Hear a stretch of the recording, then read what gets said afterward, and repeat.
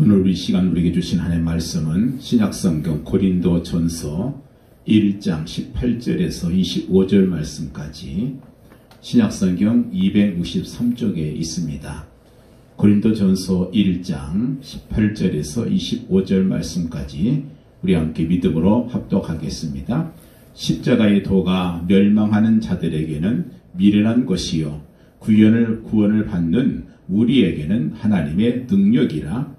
기록된 바 내가 지혜 있는 자들의 지혜를 멸하고 총명한 자들의 총명을 폐하리라 하였으니 지혜 있는 자가 어디 있느냐 선비가 어디 있느냐 이 세대의 변론가가 어디 있느냐 하나님께서 이 세상의 지혜를 미련하게 하신 것이 아니냐. 하나님의 지혜에 있어서는 이 세상이 자기 지혜로 하나님을 알지 못하므로 하나님께서 전도에 미련한 것으로 믿는 자들을 구원하시기를 기뻐하셨도다. 유대인은 표적을 구하고 헬라인은 지혜를 찾으나 우리는 십자가에 못 박힌 그리스도를 전하니 유대인에게는 거리끼는 것이요 이방인에게는 미련한 것이로되 오직 부르심을 받은 자들에게는 유대인이나 헬라인이나 그리스도는 하나님의 능력이요 하나님의 지혜니라. 하나님의 어리석음이 사람보다 지혜롭고 하나님의 약하심이 사람보다 강하니라. 아멘.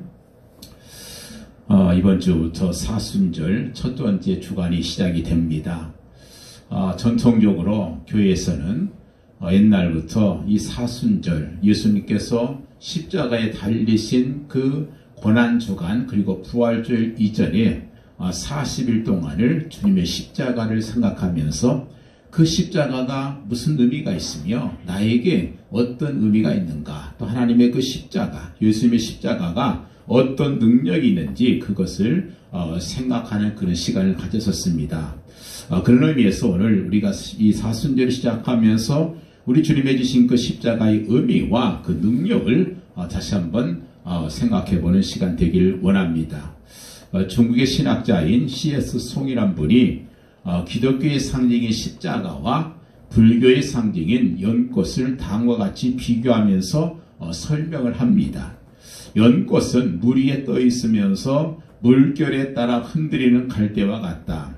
자연의 변화에 자신을 순응하면서 적응시키되 결코 거역하거나 충돌함이 없다. 매우 유동적이고 가변적이다. 그러나 이에 비해서 십자가는 땅 위에 서 있다.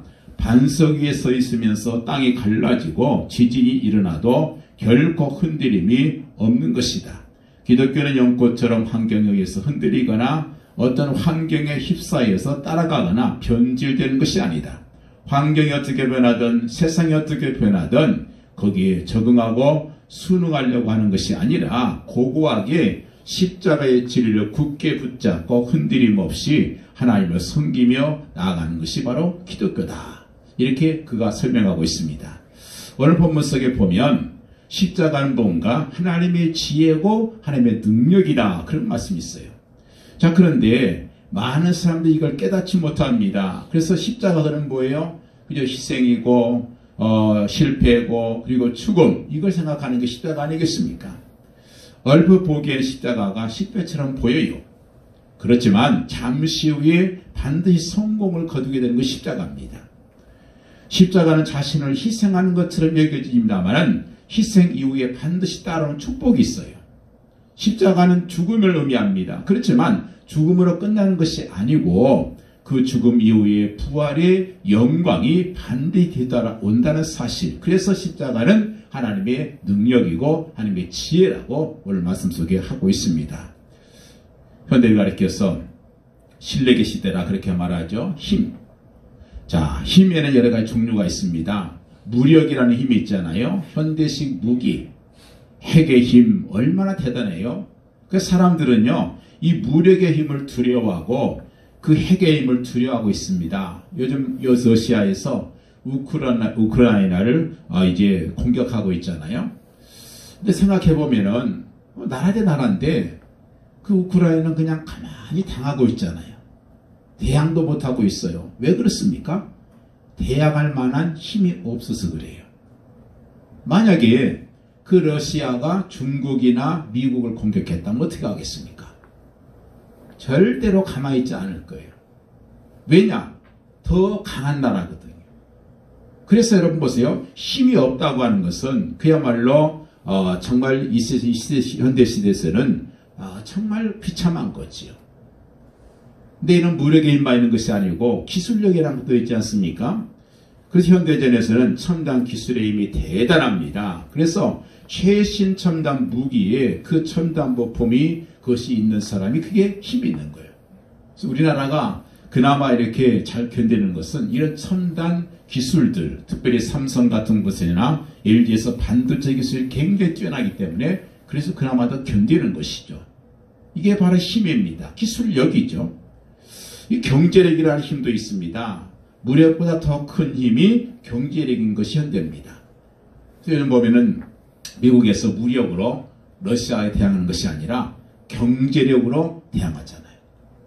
푸틴이나 많은 고위 그 공직자들 이런 사람들의 그 경제를 꼭꼭 묶어놔 버렸습니다. 그러니까 지금 러시아가 굉장히 어렵다는 거죠. 어쨌든 간에 이 경제도 역시 힘입니다. 또 하나의 힘이 있다면 그것은 바로 도덕의 힘이죠. 아무리 경제가 발달하고 기술이나 무력이 발달해도 그야말로 정당성이 없으면 그것은 아무런 소용이 없습니다. 여러분 그런데 자 이처럼 무력도 좋고 그리고 또 이 기술력도 좋고 또 경제력도 좋고 또 도덕력도 좋습니다만은 여러분 그보다 더 위대한 힘이 있는데 그것이 바로 십자가의 능력이라고 성경은 말씀합니다. 그런데 여러분 십자가가 뭡니까? 이 십자가는요 로마 사람들이 죄인들을 처형하는 하나의 사형 도구인 것을 우리가 알고 있지 않습니까? 죄 많은 사람들이 못 박혀 죽는 십자가 이것은 고통스러운 것이고 부끄러운 것이고 또 저주의 상징이었습니다. 그런데 예수님께서 그곳에서 돌아가신 거예요. 세상에 많은 사람들이 죽습니다. 죽음에는 여러 가지 종류가 있어요. 첫째는 보통 자연적인 죽음이 있어요. 무슨 사고로 인해서 죽든지 아니면 나이나 많이 와서 죽든지 아니면 병에 걸려서 죽는 그런 평범하고 일반적인 그런 죽음이 있습니다. 코로나 때문에 많은 사람이 죽어갔잖아요. 역시 일반적인 죽음이에요. 근데 이런 죽음과는 차원이 다른 또 다른 죽음이 있습니다. 그것이 뭐냐면 자신이 믿고 있는 신앙의 진리를 지키기 위해서 목숨을 바치는 바로 순교자의 죽음이 있습니다. 이거는 보통 일반적인 죽음과는 차원이 다르죠. 또 다른 죽음이 있다면 그것은 뭐냐면 나라를 위해서 목숨을 바치는 순국의 죽음도 있습니다. 그래서 많은 유종자들, 많은 독립투사들이 순국의 죽음을 죽어서 지금 많이 존경받고 있지 않습니까? 그런데 이런 보통의 죽음이나 순교자의 죽음이나 순국의 죽음과는 전혀 다른 그런 차원의 죽음이 또 하나가 있어요. 그 죽음이 뭐냐면 바로 대속의 죽음입니다. 우리 예수님께서 죽으신 것은 십자가에 달려 죽으신 것은 보통의 죽음도 아니고 순교자의 죽음도 아니고 순국의 죽음도 아니라 바로 대속의 죽음이신 거예요. 예수님의 죽음은 온 인류의 죄와 그 사망에서 구원하시기 위해서 우리를 대신해서 죽으신 바로 대속의 죽음이라는 겁니다.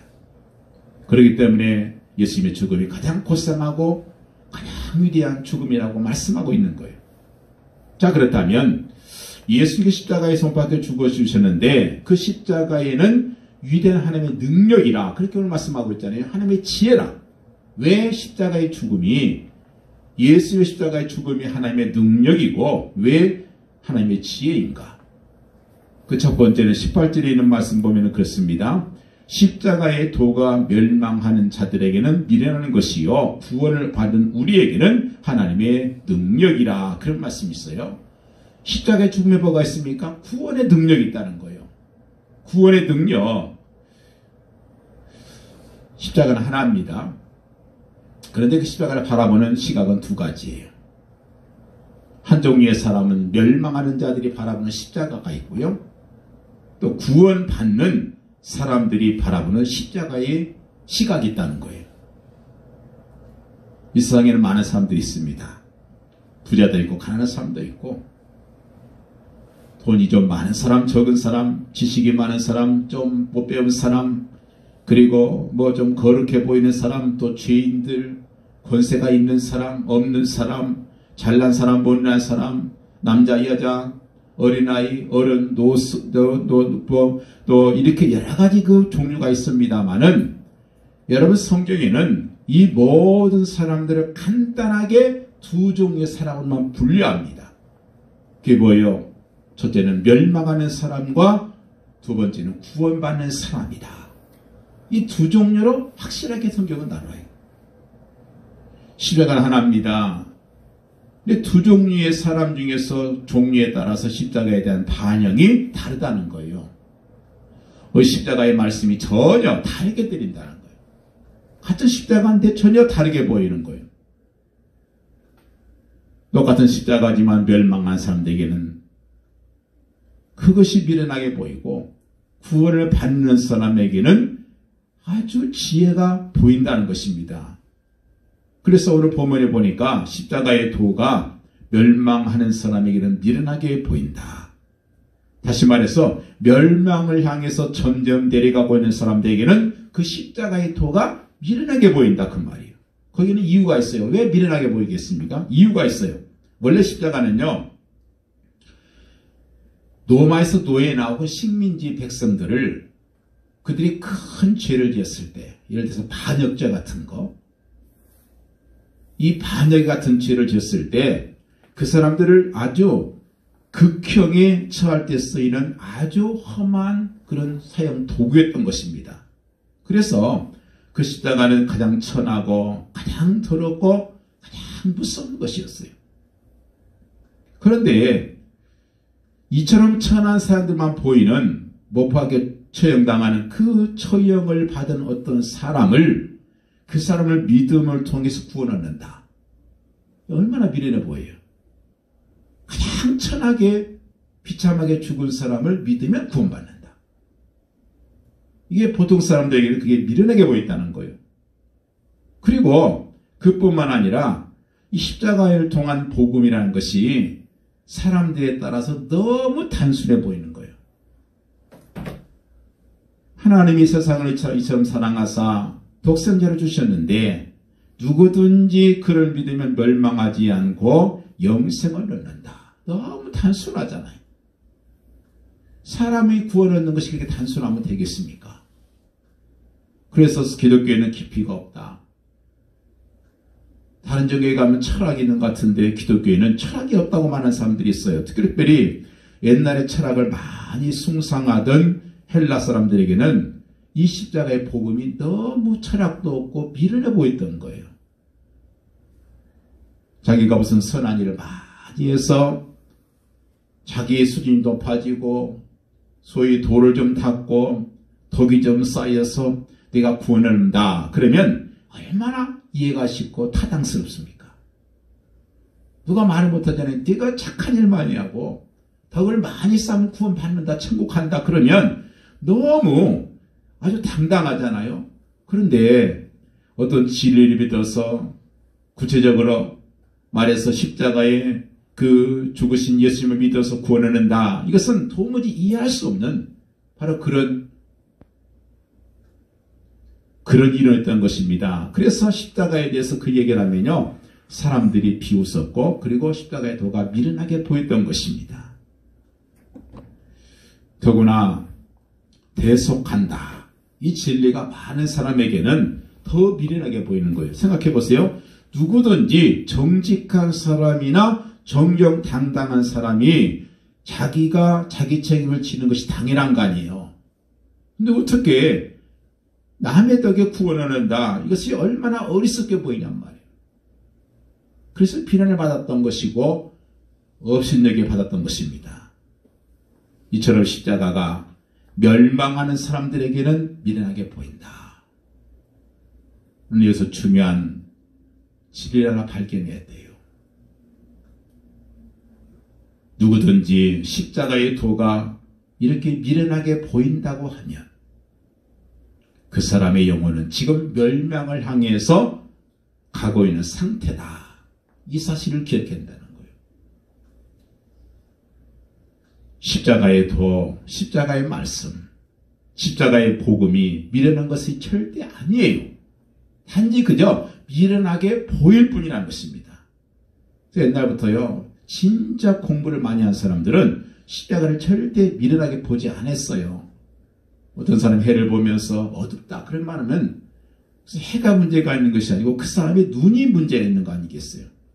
십자가가 미련하게 보인다고 하는 것은 그 사람의 그 심령이 그만큼 어두워졌다는 것을 의미하기 때문에, 그래서 십자가의 도가 멸망하는 자들에게는 미련하게 보인다고 말씀하고 있는 거예요. 그러나 구원 얻는 사람들, 구원받는 사람에게는 십자가의 도가 하나님의 능력이라, 그렇게 오늘 본문은 분명히 말씀하고 있습니다. 왜냐? 그 십자가가 사람으로 하여금 자기 죄를 깨닫게 하는 능력이 그 십자가의 말씀 속에 있고요. 사람으로 하여금 회개하고 또 돌아서는 그런 능력도 십자가밖에 없고, 그 사람의 마음이 변화받아서 그 마음이 불의한 마음에서 깨끗하게 의로운 마음으로 부정직한 마음을 정직하게 만드는 것 역시 십자가의 도밖에 없다는 거예요. 지금 현대는 얼마나 깨끗해졌습니까?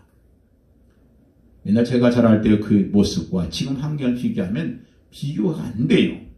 또 컴퓨터나 또 얼마나 많은 문화가 발달해서, 그래서 요즘은요, 뭐 인터넷 그리고 핸드폰 가지고 은행 갈 필요도 없고, 또 새로 지은 비행장 가보면 얼마나 편리한지 몰라요. 옛날에는 굉장히 복잡했어요. 지금도 후쪽에 가면 굉장히 복잡합니다. 근데 우리나라 같이 아주 잘 살고 모든 것이 편리하게 그렇게 된 나라가 없습니다. 그런데 이처럼 새롭고 현대 과학과 기술의 발달은 우리 상상을 뛰어넘는 그런 발전이 있었습니다마는, 불행한 것은 우리 인간의 심령, 우리의 마음은 옛날이나 지금이나 전혀 다른 것이 없다는 거예요. 바로 여기에 문제가 있습니다. 그래서 우리 사람의 마음을 변화시키는 능력은 그런 문화나 기술에 있는 것이 아니고 바로 십자가의 도밖에 없다. 그 말씀이에요. 누구든지 그리스도 안에 있으면 새로운 피조물이라. 이전 것이 지나갔으니 보라 새 것이 되었다. 그 말씀인 거예요. 짐승처럼 죄에 매여 죄의 종이 되어 살던 그 사람이 그 죄의 사슬을 끊어버리고 해방으로 자유로운 사람이 되게 하는 능력은 오직 십자가밖에 없다는 거예요. 옛날에 이스라엘 백성들이 광야 생활을 하다가 하나님을 너무 원망했어요. 하나님께 받은 은혜가 많은데 그걸 망각해버리고 하는 원망 불평하는 거예요. 그러자 하나님께서 그 막아주었던 울타리를 딱 풀어주니까 그 사막에 있던 수많은 불뱀들이 찾아와서 사람들을 물어 죽였습니다. 그래서 모세가 하나님께 기도해요. 하나님, 이 백성의 죄를 용서해달라고, 그리고 치료해달라고 기도합니다. 하나님께서 주신 그 처방이 뭐였습니까? 너는 성전 앞에 긴 장대를 올려놓고 그 장대 끝에다가 너희를 물어 죽인 그 불뱀을 노스로 만들어서 그거를 달아놓아라. 그리고 그거를 바라보면 그 열병에서 나을 것이다. 이 말씀을 하나님께서 모세에게 주십니다. 여러분 생각해 보세요. 놀라운 것은 그 불뱀을 물려 죽어가면서 구리뱀을 찾아보는 사람들은 다 기적적으로 고침받았다는 거예요. 말이 됩니까? 독사에게 물려 죽어가는 사람이 그 구리뱀 쳐다본다고 낫겠냔 말이에요. 근데 미련하게 찾아보는 사람이 있었어요. 그 아픈 몸을 이끌고 집을 나와서 엉금엉금 기어서 그 성전 앞으로 가서 성전에 달려있는 그 구리뱀을 쳐다보는 순간 그의 열병이 나았다는 겁니다. 그 사람들은 미련한 것처럼 보이지만 그게 지혜였단 말이에요. 오히려 아니 독사에 물린 사람이 그거 쳐다본다고 낫겠냐고 지혜롭게 굴던 사람들은 결국 죽고 말았던 것입니다. 근데 중요한 것은요, 이 구리뱀이 바로 예수 그리스도의 십자가의 모형이고 그림자였던 거예요. 그래서 구약은 신약성경 예수 그리스도의 그의 모형과 그림자가 많습니다. 오늘 우리는 죄로 말미암아 영원한 멸망할 수밖에 없는 우리가 예수 그리스도의 십자가를 바라보고 믿기만 하면 구원받게 된다는 사실, 그거를 우리에게 오늘 말씀하고 있습니다. 미국 네바다주에 가면 죽음의 골짜기라는 곳이 있습니다. 폭이 좁은 데는 한 16km쯤 되고요, 넓은 데는 거의 50km가 넘습니다. 그 길이가 얼만큼 기냐?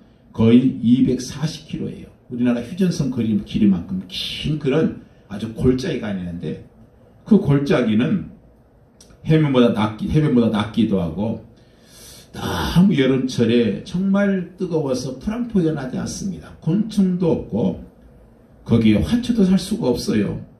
사람은 더구나 살 수가 없는 곳입니다. 그런데 1930년도 5월 달에 놀라운 변화가 일어났어요. 19일 동안 거기에 폭우가 내린 거예요. 놀라운 것은 그 폭우가 내리고 나서 수십 년간 죽었던 그 묻혔던 씨앗들이 다시 싹이 나고 음이 돋아서 온 골짜기가 푸른 초원으로 아름다운 화원으로 바꾸었다는 것입니다. 이걸 사람들이 보면서 뭐라고 했냐? 야, 죽음의 골짜기가 생명의 골짜기로 바뀌었다.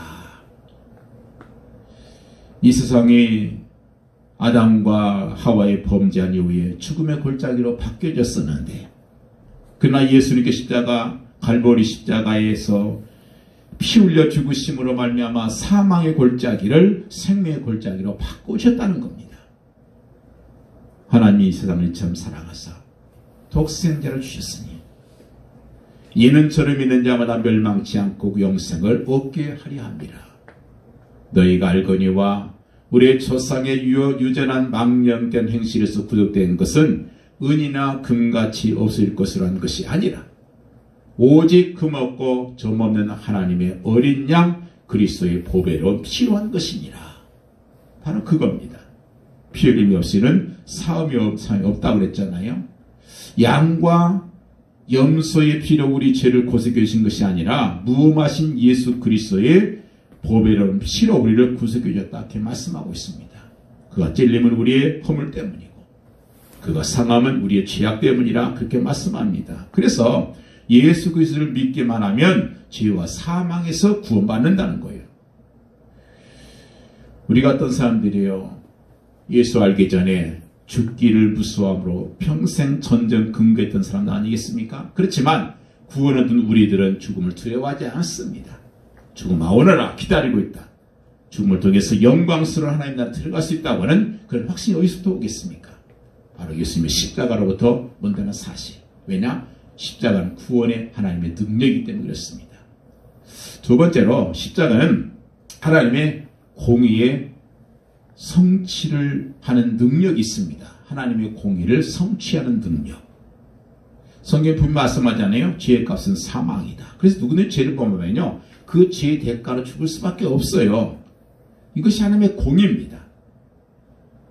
일부러 범하면 반드시 그 벌을 받을 수밖에 없는 건데, 이 하나님께서 예수님을 십자가에 못 박게 죽게 하심을 통해서 하나님의 공의를 나타내셨다는 거예요. 자, 하나님은 죄를 미워하시는 분이에요. 용납하지 않습니다. 벌하시는 분이에요. 근데 십자가는 뭐예요? 우리에게 죄에 대한 진노와 심판과 형벌을 우리에게 보여주시는 것이 바로 십자가라는 거예요.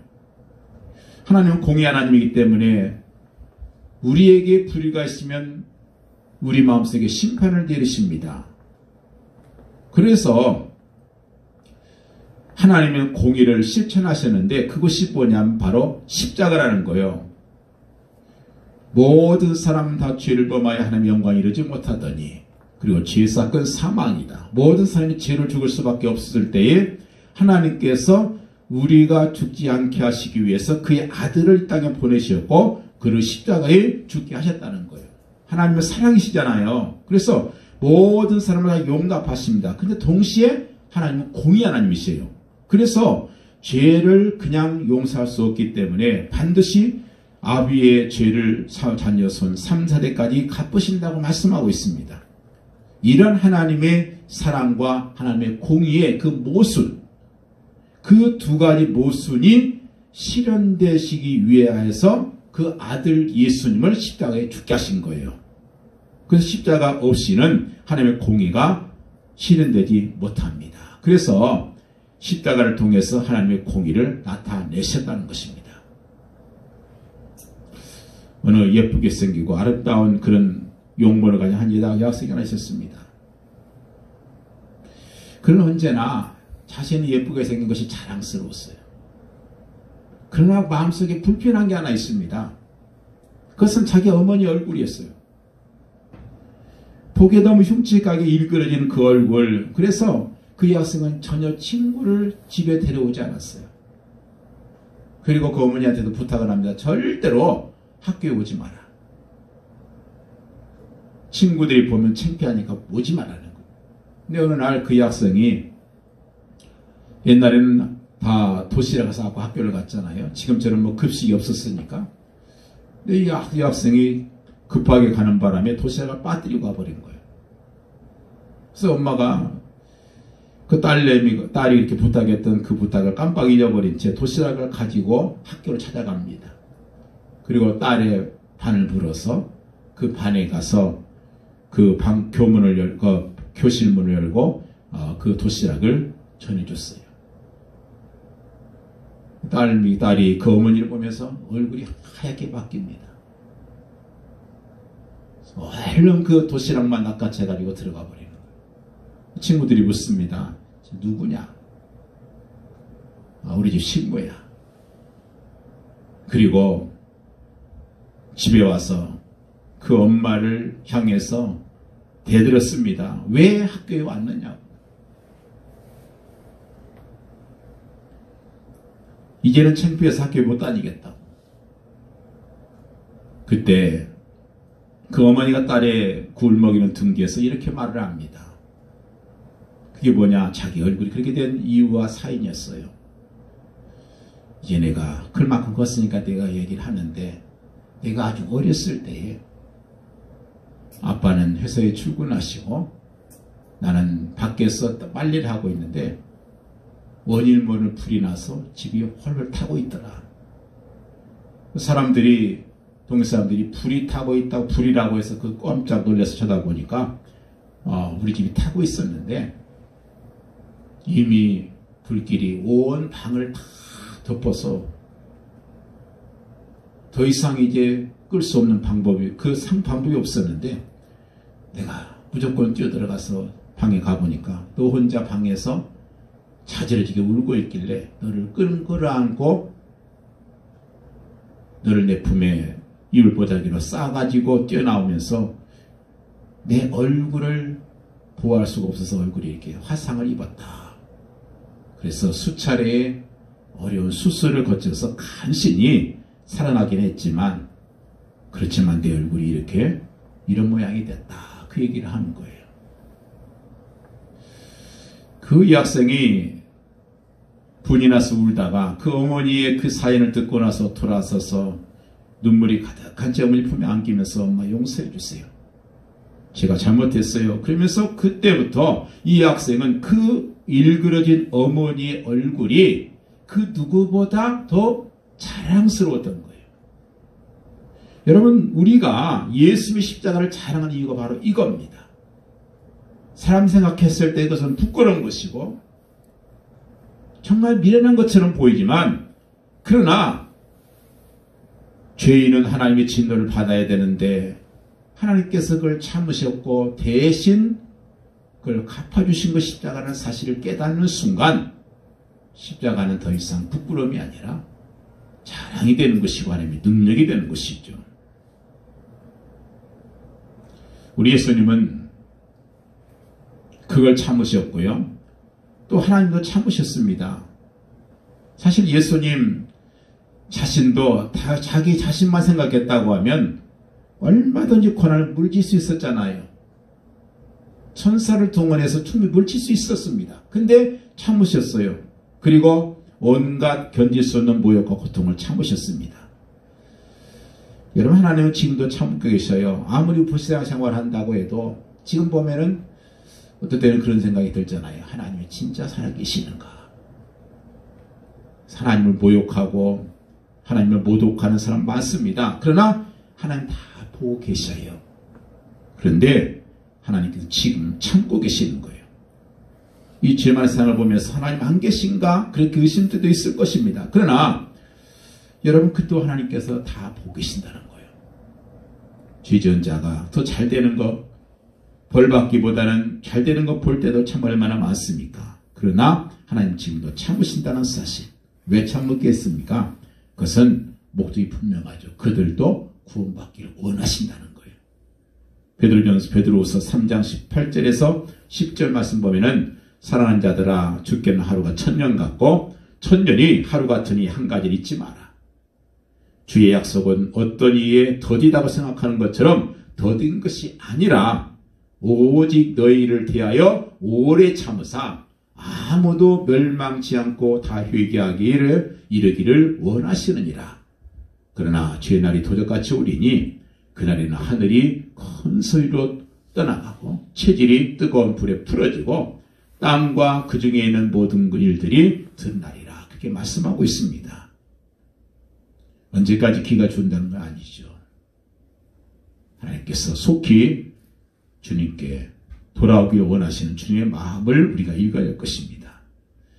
특별히 또 십자가는요, 세 번째, 하나님의 사랑을 깨닫게 해요.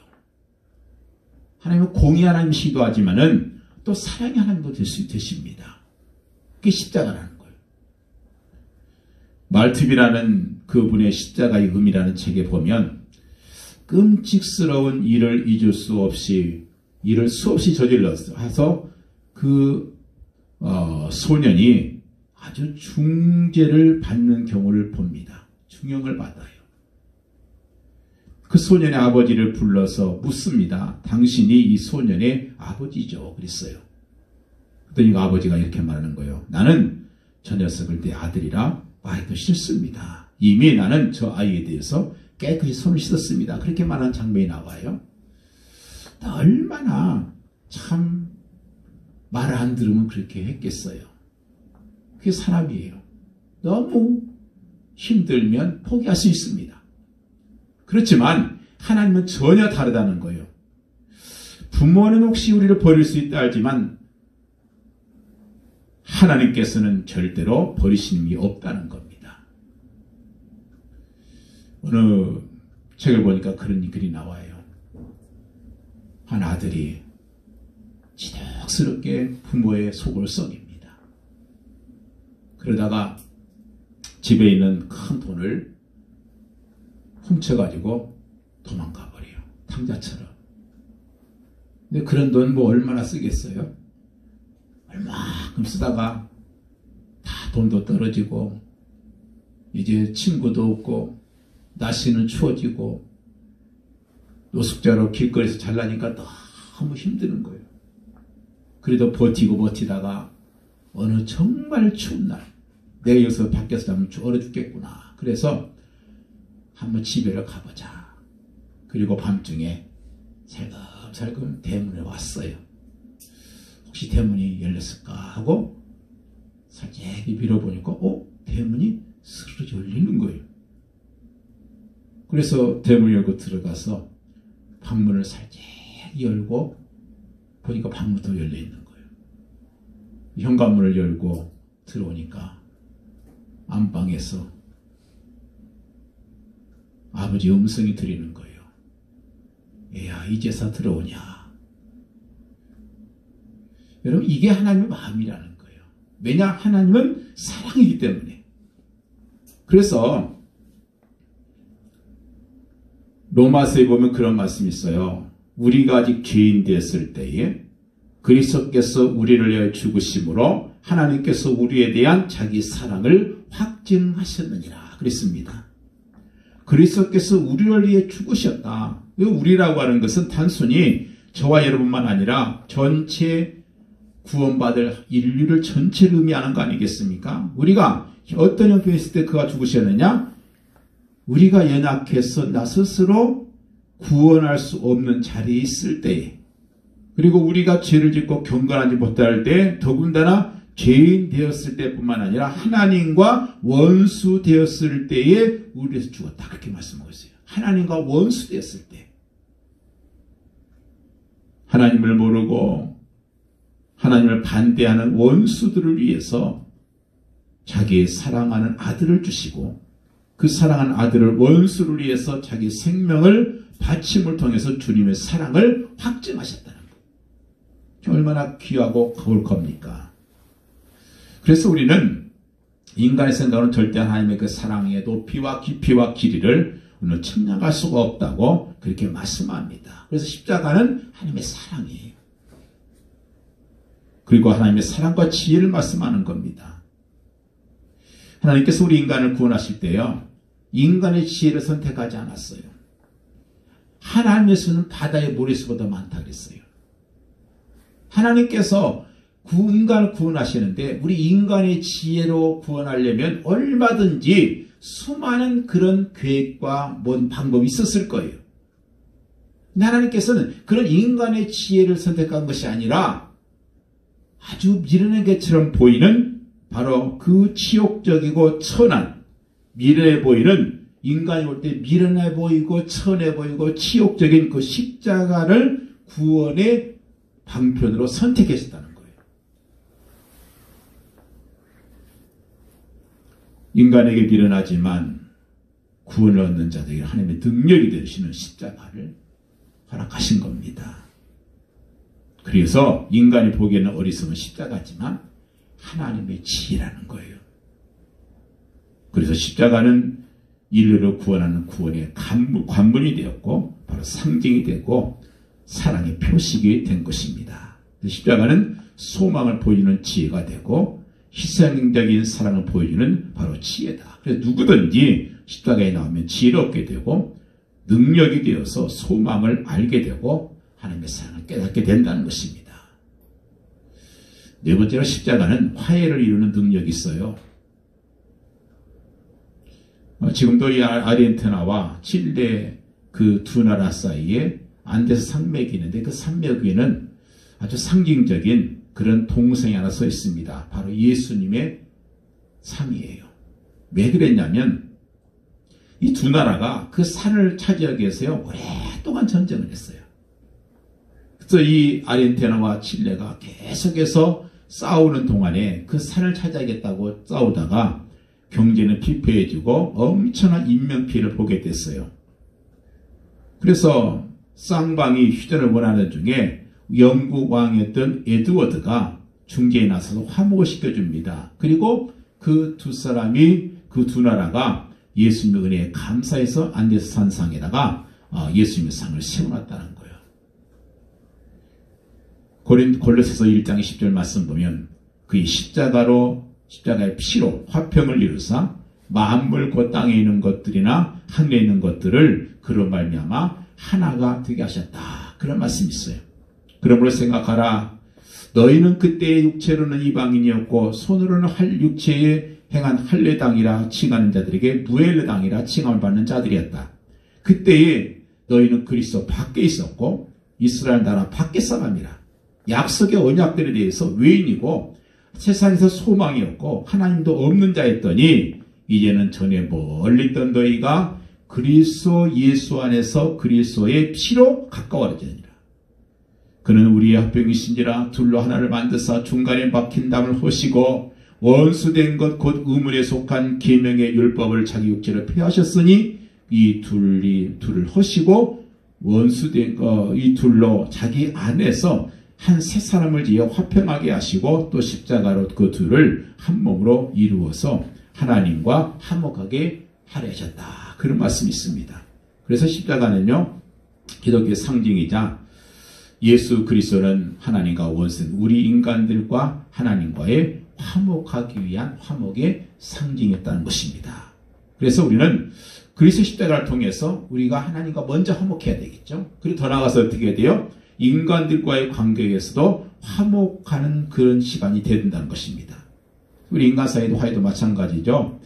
그리스도 안에서 새로운 피조물이 된 우리가 또 다른 사람을 또 화목하게 하는 그 역할을 해야 돼요. 그래서 우리는 어디 가든지 원수를 만드는 사람이 아니라 서로 화목하게 만드는 사람, 그 일을 하시기 위해서 우리에게 십자가를 주셨다는 사실입니다.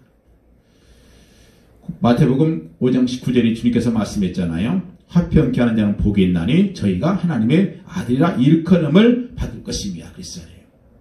우리가 하나님의 자녀가 맞습니까? 그러면 화평케 하는 자라 되어야 된다는 거예요. 그게 하나님의 자녀의 표시라는 겁니다.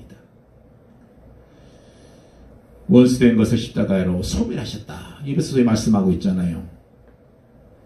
우리가 죄를 말며 하나님과 원수되었을 때 하나님께서 십자가를 통해서 우리가 하나님과 화목하게 만들었고, 그리고 그 화목하게 하는 그 역할을 우리에게 또 맡기셨다는 겁니다. 다섯 번째로 그 십자가에는요, 치료의 능력이 있어요. 치료하는 능력. 이사야서 53장 5절에 있잖아요. 그가 징계를 받음으로 우리가 평안을 누리고 그가 채찍에 맞음으로 우리가 나음을 입었도다. 그렇습니다. 이것을 마태가 이용하면서 이렇게 얘기했어요. 이는 선지자 이사야로 말미하신 말씀에 우리가 우리의 약함을 주님께서 친히 담당하시고 병을 짊으시었다. 그런 말씀이 있습니다. 그래서 우리가 진짜 십자가의 그 능력을 기억하면요, 우리의 모든 질병도 치료받습니다. 이런 그 전통적으로 흘러내려고 내려오는 얘기가 있어요. 그 콘스탄틴 황제가 로마의 국교로 기독교를 선포한 사람이잖아요. 근데 거기에 아주 중요한 역할을 하는 사람이 누구냐면 헬레나라고 하는 그 황제의 모친입니다. 이분이 굉장히 믿음이 좋은 분이었어요. 그래서 콘스탄틴 황제의 모친인 헬레나가 예수님을 믿고 난 다음에 예수님께 십자가에 못 박히신 그 골고다 언덕을 한번 가보기를 원했어요. 그때가 300년경이니까 예수님께서 돌아가신 지 한 300년이 좀 한 200 몇 년이 된 때죠. 그때 이제 가서 예수님이 달리신 십자가를 한번 그 언덕을 한번 가보고 싶다. 그래서 많은 이제 그 하인들을 데리고 그 골고다 언덕을 갔습니다. 가서 보니까 그 언덕에 그 이교도들이 십자가에 처형된 그 흔적을 없애버리기 위해서 아주 애쓴 흔적들이 막 보이는 거예요. 갈보리산은 돌과 흙무더기로 완전히 덮어놔버리고 그 한쪽 모퉁이에다가 미의 여신인 비누스상을 세우는 것을 봅니다. 그래서 헬레나가 그 수행원들에게 삭과 곡괭이를 가지고 그 흙더미를 파보라고 명령을 내렸어요. 열심히 파헤친 결과 거기에서 세 개의 십자가를 발견하게 돼요. 근데 십자가 똑같으니까 구분이 안 되는 거예요. 어떤 것이 예수님께 달리신 것인가. 근데 그 마침 같이 동석했던 예루살렘 주교가 많은 병자들 데리고 와서 그 십자가 위에다가 하나씩 손을 대보겠답니다. 그랬더니 첫 번째 십자가에 손을 대니까 아무런 변화가 없었어요. 두 번째 십자가에 손을 대니까 환자들이 와들와들 떨더니 병세가 더 악화되는 거예요. 세 번째 십자가에 환자가 손을 댔더니 순간적으로 병이 깨끗이 나았다는 거예요. 그래서 손을 댔을 때 아무런 변화도 없었던 첫 번째 십자가는 회개했던 우편 강도, 바로 이름은 디스마라고 하는 사람인데 이 사람의 것이었고요. 두 번째 것은 예수님을 저주한 왼편 강도가 매달렸던 바로 그 십자가였고, 세 번째 것이 만왕의 왕이신 예수 그리스도의 것이었다는 것을 확인했다는 그런 얘기가 나옵니다. 그래서 헬레나는 그 감격에 넘쳐서 그 십자가를 붙들고 입을 맞추면서 눈물을 흘리며 살리며 찬송을 부렸다는 그런 얘기가 전해져 들어오고 있습니다. 우리 교회 안에도 십자가가 있지요. 이 강단에 내려놓은 십자가는 사실 예수님의 죽으신 그 십자가를 상징하는 것에 불과한 뿐입니다. 그래서 예수님이 못 박히신 십자가는 우리 신으로는 볼 수 없어요. 그렇지만 예수님의 십자가는 엄히 존재한다는 사실을 우리가 안 했대요. 지금도 그 십자가의 능력은 여전히 살아계시다는 사실을 기억해야 돼요. 그 십자가, 바울은 이렇게 얘기하고 있습니다. 내가 그리스도와 함께 십자가에 못 박혔나니 그런즉 이제는 내가 산 것이 아니요 오직 내 안에 그리스도께서 사신 것이다. 내가 이제 육체 가운데 사는 것은 나를 사랑하사 나를 위하여 자기 몸을 버리신 하나님의 아들을 믿는 믿음 안에서 사는 것이다. 이렇게 말씀해요. 그것은 뭐예요? 그리스도 안에서 내가 다시 십자가에 달려 죽음을 통해서 다시 창조된다는 것이에요. 그래서 그 십자가가 우리가 구원의 힘이 되는 것이고 원천이 되는 것이고 바로 비기라는 것입니다. 주님 말씀했잖아요. 마태복음 16장 24절에 뭐라고 했어요? 예수님께서 제자들에게 말씀하시기를 아무든지 나를 따라오려거든 자기를 부인하고 자기 십자가를 지고 나를 쫓을 것이니라 그 말씀을 했어요. 예수님께서 자기를 부인하고 자기 십자가를 진지라는 말은 무슨 말이겠습니까? 그것은 그 십자가와 내가 관계가 있어야 한다는 거예요. 상관이 있어야 한단 말이에요. 아무리 십자가가 능력이 있고 귀하다 할지라도 그 십자가가 나와 상관이 없을 때는 그것은 나에게 아무 의미가 없다는 거예요. 그 십자가가 나와 상관이 있다는 거예요. 예수님 십자가가 그게 나와 상관이 있을 때 나에게 구원이 있는 것이고 나의 모든 죄가 용서받는 것이고 나에게 화해의 역사가 일어나는 것이고 나에게 하나님의 그 사랑이 느껴지는 거예요. 그게 안 되면 소용이 없다 그 말이에요.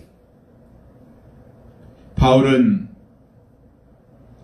예수님의 십자가와 관계없을 때는 예수님의 사람 핍박하던 사람이었습니다. 그렇지만 그가 그 십자가를 깨닫고 그 도를 깨닫고 나서 그가 고백한 거 이거 아니겠습니까? 내게 유익하던 이것들을 나는 그리스도를 위해서 다 해로이겠습니다.